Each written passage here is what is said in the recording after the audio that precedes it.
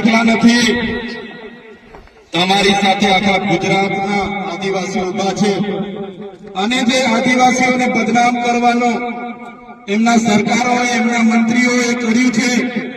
કે આદિવાસીઓએ હુમલો કરી દીધો, આટલા પોલીસ અધિકારીઓને હુમલો કરી મારી નાખવાના પ્રયાસ કર્યા, ત્યારે આદિવાસી તો અહીંયા 3 કલાક સુધી વિનંતી કરતો હતો કે સાહેબ, અમે અમારા બાપ દાદાઓથી અહીંયા રહીએ છીએ, 3 પેઢી 4 પેઢીથી અમારું ગામ છે, ઘર છે, અમારો કુવો છે,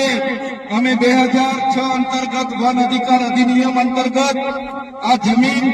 માંગવા માટેની અરજીઓ કરી છે, અમને સનતો પણ મળી છે, કેટલા લોકોની સનતો પણ પેન્ડિંગ છે, છતાં કોઈનું સાંભળ્યા વગર જે વન વિભાગ, જે પોલીસ અધિકારીઓ અને રેવન્યુ વિભાગે જે કૃત્ય કર્યું છે એની અમે નિંદા કરીએ છીએ, એને અમે વખોડી કાઢીએ છીએ। આજે અહીંયા લીગલ સેલના પણ મારા વકીલો, મારા એડવોકેટ ટીમો આવેલી છે, જ્યારે પણ આ ગામને ન્યાયિક લડતની જરૂર પડશે, જ્યારે પણ આ ગામના લોકોને લીગલી લડતની જરૂર પડશે, ત્યારે પણ અમે તમારી સાથે છે। અને જો આવનારા દિવસોમાં જે લોકોના આદેશોથી અહીંયા હિંસા થયેલી છે એ લોકો પર એફઆઈઆર કરવામાં નહીં આવે, કાં તો આપણા લોકો પર થયેલી એફઆઈઆર રદ કરવામાં નહીં આવે,